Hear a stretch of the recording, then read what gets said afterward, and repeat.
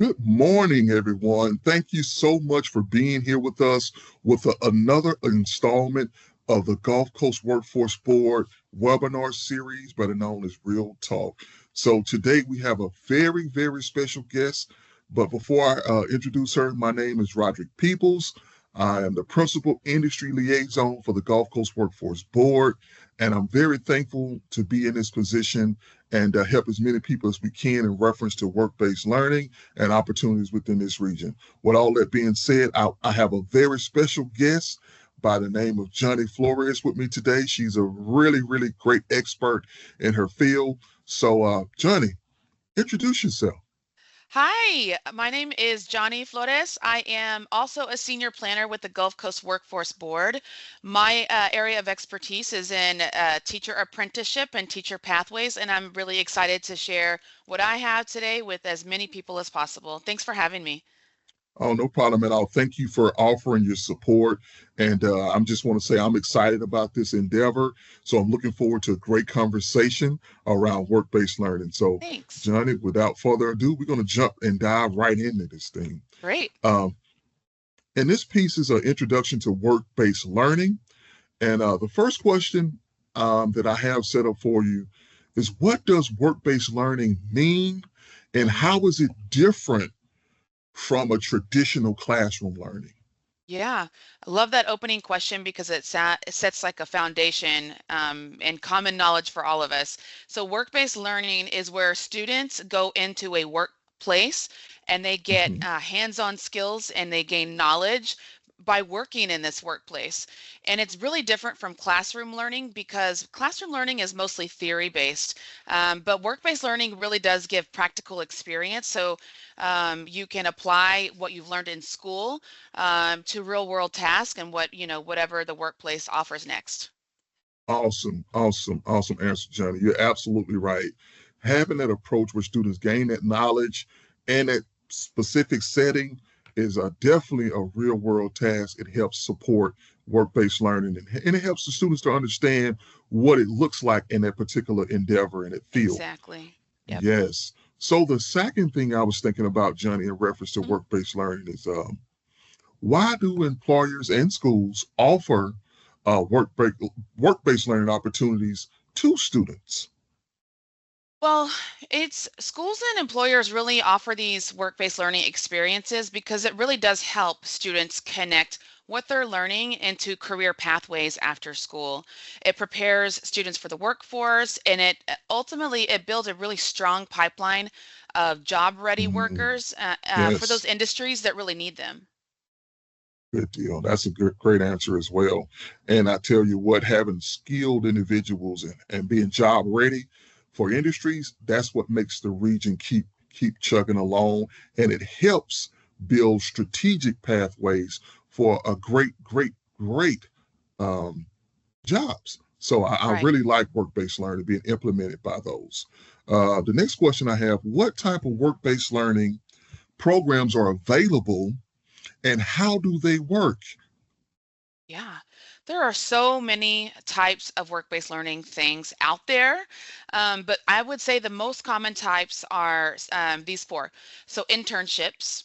Internships are generally short-term, they're structured work experiences, um, and sometimes they are done just during within a summer, but Mhm. they're usually more shorter term. There's job shadowing. And job shadowing can be a one-time situation, or it could be over a period of time. And it's where we observe professionals doing tasks in the field that we are looking to go into. There's also apprenticeships. These are longer term experiences. They provide paid training and they combine both the work experience and the study that goes behind that too. And then there's also like sort of what's called co-ops or these practicum experiences. Those are alternating periods of going into the work-based learning situation and having hands-on experience, and those will alternate with classroom-based experiences. So it's a combination of both, but they may not be happening at the same time. Awesome. Awesome. Thank you so much, Johnny. I definitely agree with those sentiments and reference to those different types of opportunities for youth. Thinking about the benefits and impact of work-based learning, right? How Yep. can work-based learning help you to figure out what type of career job you're really interested in? Yeah.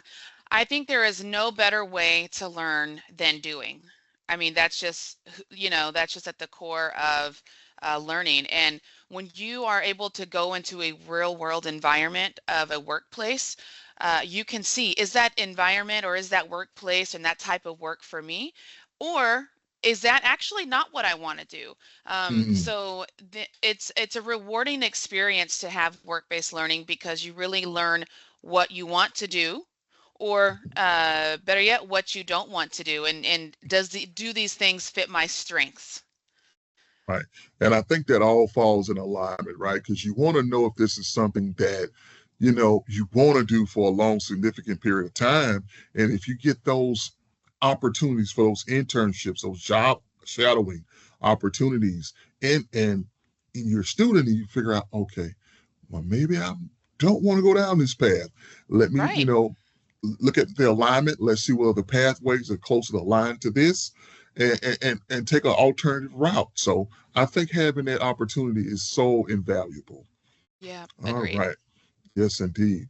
So what kinds of skills, both technical and soft, can you build through this experience of work-based learning? I'll start with the soft skills. When interacting at a work site, it's very different than interacting at a school or interacting at home. When you have work-based learning, some of the soft skills that you really are going to learn is how to communicate professionally, both with colleagues that are at the same level as you and with managers. You learn a lot about teamwork and what it takes to work together with colleagues to make one thing happen.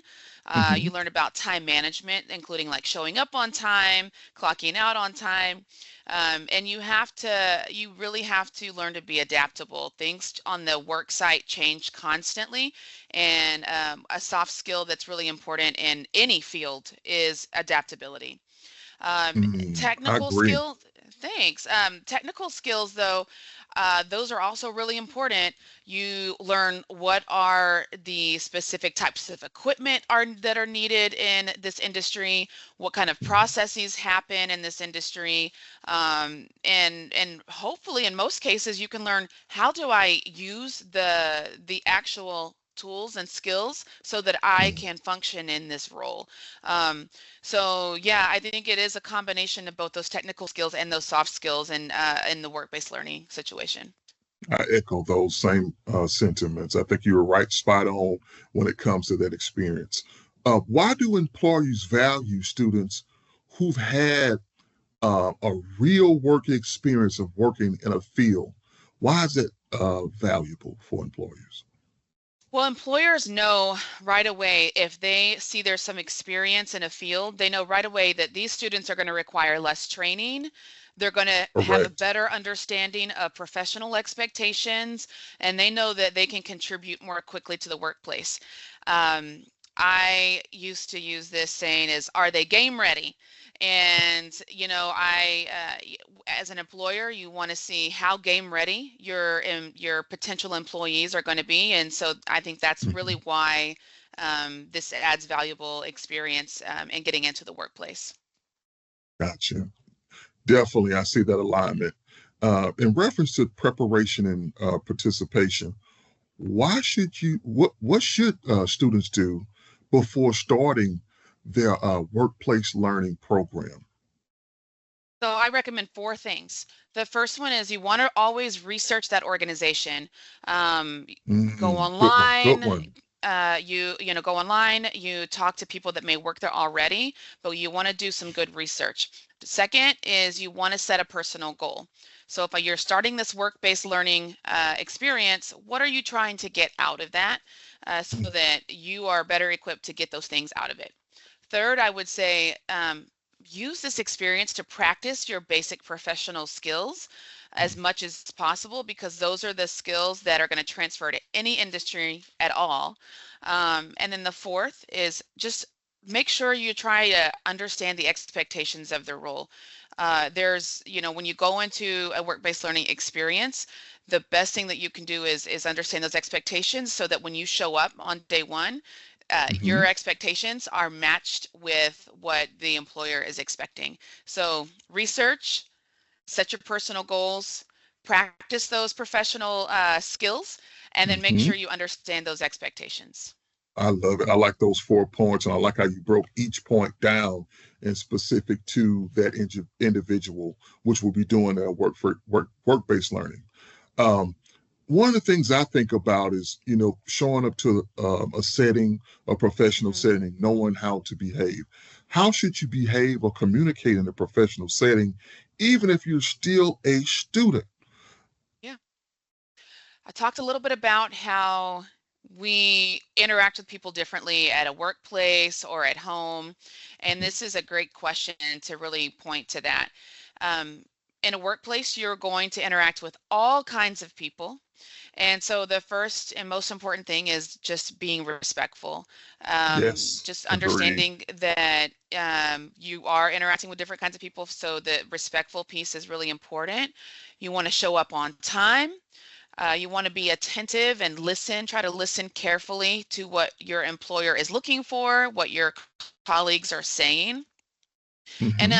you also just want to make sure that you also communicate clearly. Um, Right. and you're very direct with what you are also communicating. So I think it's respect, punctuality, attentiveness, listening, and communication. Definitely. I definitely agree with those.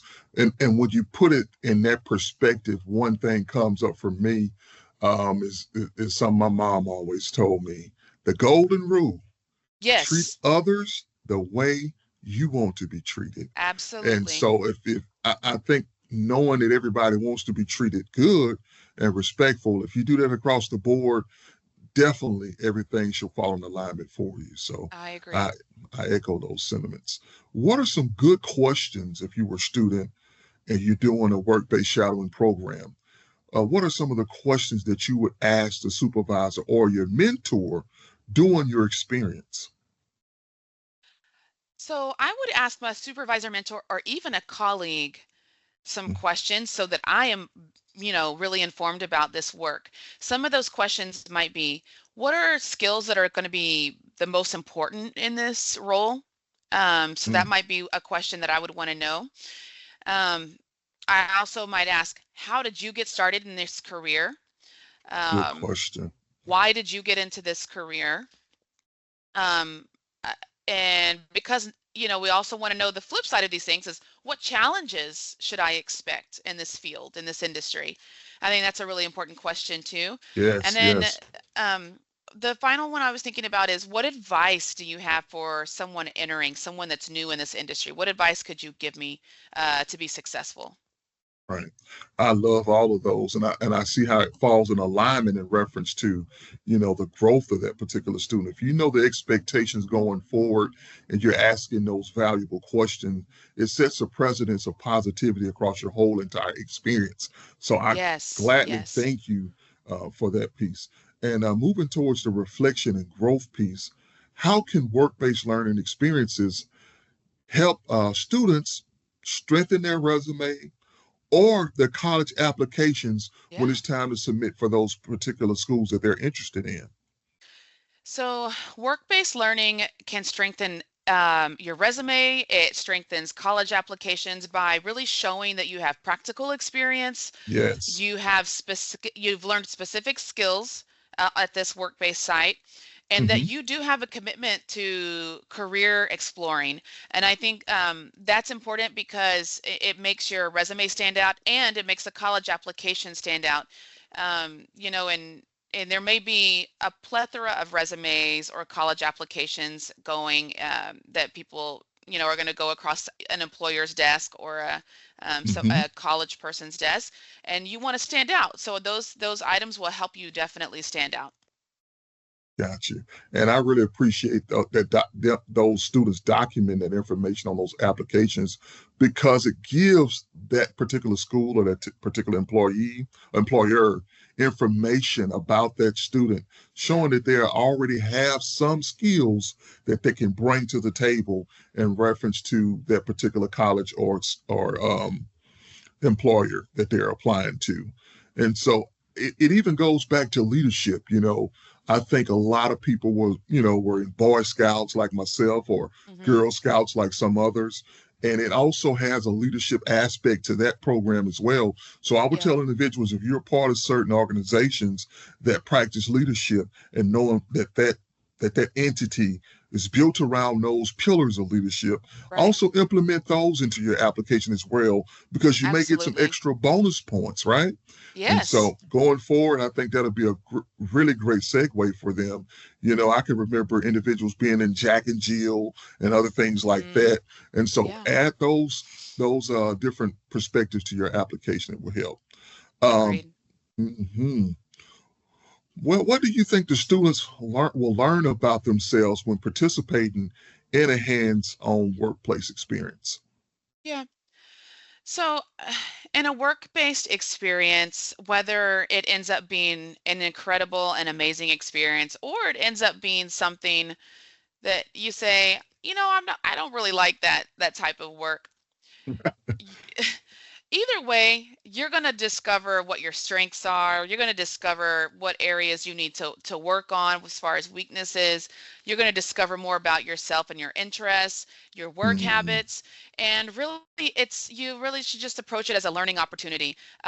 And I think that's one of the best things about a hands-on and work-based learning experience is that you can learn about yourself and what you want to do, so you can get to that mm. just right job. Gotcha, gotcha. Thank you so much, Johnny. That's a great, great answer. And I'm thinking about the hands-on training aspect Uh-huh. of industries when it comes to students participating in these programs. Yeah. How does hands-on training in work-based learning differ across specific industries? So they differ in a lot of ways depending on the industry. For example, in healthcare, a student might practice patient care, Mm, and being at the bedside of a sick patient. Whereas in technology, a student might shadow someone who is working at this company who is doing coding, or mm, troubleshooting IT work. For gotcha. construction, you might learn how to use tools that are really specific to that trade. And then if you're working in manufacturing, you might learn how to operate some specific machinery. So each field really does have its own unique learning experiences. Yes, I definitely agree. And when you were talking in reference to, coding and IT, one of the, biggest conversations that, a lot of companies across the board are having across the whole entire industry is AI, right? Hmm. Artificial Yeah, intelligence is a big part of companies, for strategic purposes and day-to-day activities. So having that knowledge in reference to IT and artificial intelligence is a big yeah, win-win for a lot of people. And it can help you stay job relevant as well as times and things change. So, Johnny, thank you absolutely. so much for that answer. Of course. Um, why is hands-on experiences important in fields like healthcare? We just talked about that, Hmm. technology and engineering. Could you tell us a little bit more why precision and practical knowledge is important? Yes. And I think healthcare is a great industry to think about. When you are going into a specific industry, that industry requires precise skills. And in a Agreed. classroom, we are, because it's so theory based, mistake making is completely acceptable. It's fine. But when you're in a work site like construction or healthcare, we are trying to minimize as many mistakes as possible because it becomes much more high risk to make a mistake in those situations. So those work-based learning experiences are a little bit lower of a risk way for us to learn on the job, so that Mm-hmm. we can sort of gradually get ourselves into what that industry is. Hmm. Um, and I think that it's so important because that precision is required, and that those mistakes, we want to make sure that by the time we fully get to an industry, we minimize those as Yes. much as we can. Yes, yes. And mistakes in theory can be corrected, but in practice, accuracy and real skills and Right. are essential when it comes to things like healthcare, engineering. There people are building bridges, they're building buildings, they're setting plans. And so having the accurate steps and knowing the importance that goes within these endeavors are needed. So definitely having that hands-on experience early on, it helps to decrease mistakes. So that's also a great segue. All right. What are some industries that particularly benefit from work-based learning programs? Yeah. So I mentioned healthcare. That's really important. IT Hmm. is something that would is an industry that is really helpful to have a work-based learning experience around. Education. Hmm. If you are an aspiring teacher and you're looking to go into a classroom, Yes. don't let the first time you go into a classroom be after you've already gotten your certification. Get some experience in a classroom beforehand with a Yes. work-based learning experience. Construction. So all of those kind of skilled trades are really especially well suited to work-based learning. Yes, they are. And I'm glad that you brought up the educational aspect of it in reference to teachers and going into that field. Being exposed to pedagogy, I think, is a very important aspect to being a great teacher, learning those different classroom management skills. And if you had an opportunity to be exposed in that particular field with the teacher in that setting, Right. um, I think it's so invaluable. So, Johnny, you brought up a light in my heart when you mentioned education. So, thank you so much. I Yeah. could go on and on about that one. All right. So, how can work based learning be integrated into large corporations or companies and also small businesses? Yeah, I think work-based learning can happen in any kind of company or with any kind of employer. Large corporations, they may have the capacity to run structured internships for large groups of students. And Right. small businesses, they can really offer shadowing or mentorship opportunities and really give more personalized guidance. So I think all employers have something to offer, and they Hmm. all have a place with work-based learning. I agree. I definitely agree. In thinking about work based learning, as the students are exposed to those different professional networks, how does this help them build their professional networks and have that camaraderie where they can reach out to other people? How does that help the students? Right. So relationships really matter, and your professional network in the workforce matters. And so, what a work-based learning experience can do is introduce you to mentors, supervisors, Yes. even peers that you might be working alongside. Those people can, later on, provide references. They can provide you with advice. They could even be potential job opportunities later on associated with these other colleagues. So you definitely want to think about how to start building that professional network with these work-based learning experiences. Yes, I definitely echo those sentiments. Thinking back over my professional career and having a mentor was Hmm. so valuable, especially when I was coming out in social work. Having a mentor when I was getting ready to go into my clinicals, doing social work practice, and having an opportunity to be exposed to that job specific industry around child care, around adoptions, foster care, Right. CPS kind of work, man, even I fast forward and now and he's still there if I need him for anything. We're in contact, I would say contacting each other at least weekly about Wow. Yeah. about work related things. And this is something that started back in 2000 and I want to Wow. say 2009, and so it's 2025, and time goes on, but those personal relationships that you have with your mentors are so valuable. They've lived it, they've done it, Absolutely. So that definitely shines a light upon that for me because it's so valuable. Um, how do job shadowing and internships play a significant role in work-based learning? So, job shadowing and internships really provide some entry-level exposure. They can help students like either observe what happens in the real world of that industry, or they can even get practice with tasks before committing to that industry, or just committing to more long-term experiences like an apprenticeship. Because an apprenticeship, it's a Mm, longer term thing. So some job shadowing or the internships, they might, provide you with that exposure to either say, yes, let's commit some more time, or no, I actually am not interested.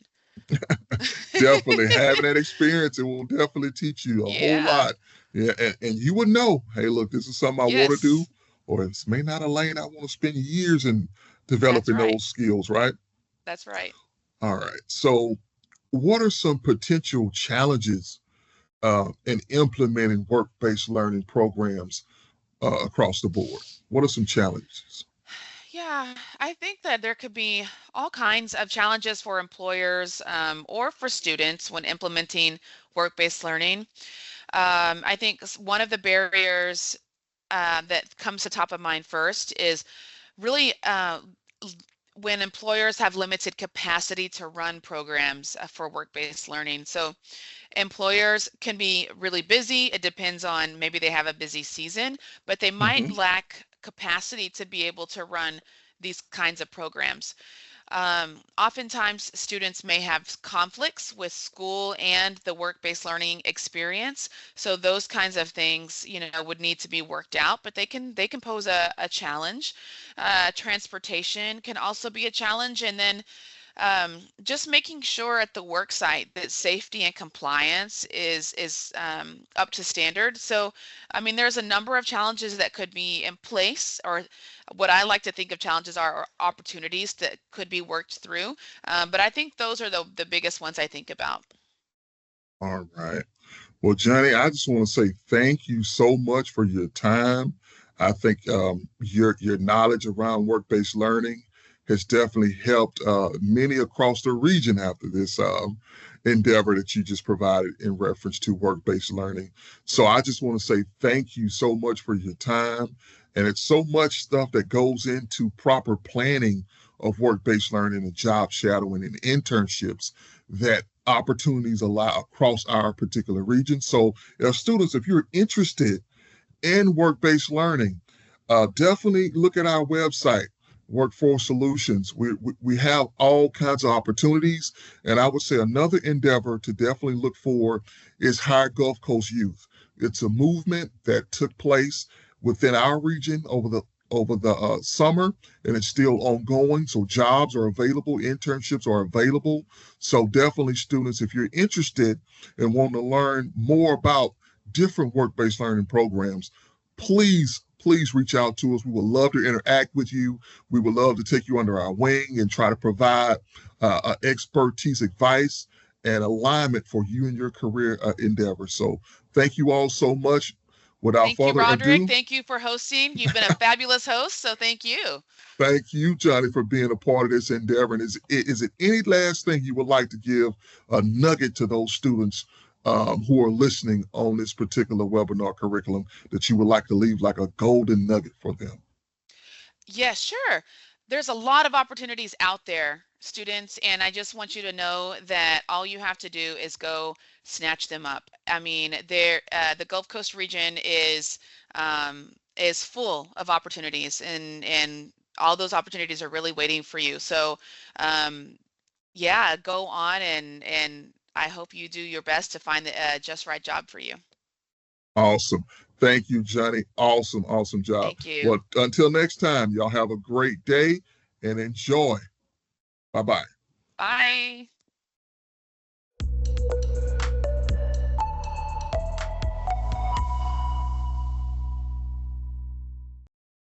Higher Gulf Coast Youth, HGCY, is a dynamic initiative dedicated to igniting passion, expanding opportunity, and guiding youth ages 14 to 24 toward meaningful, sustainable careers.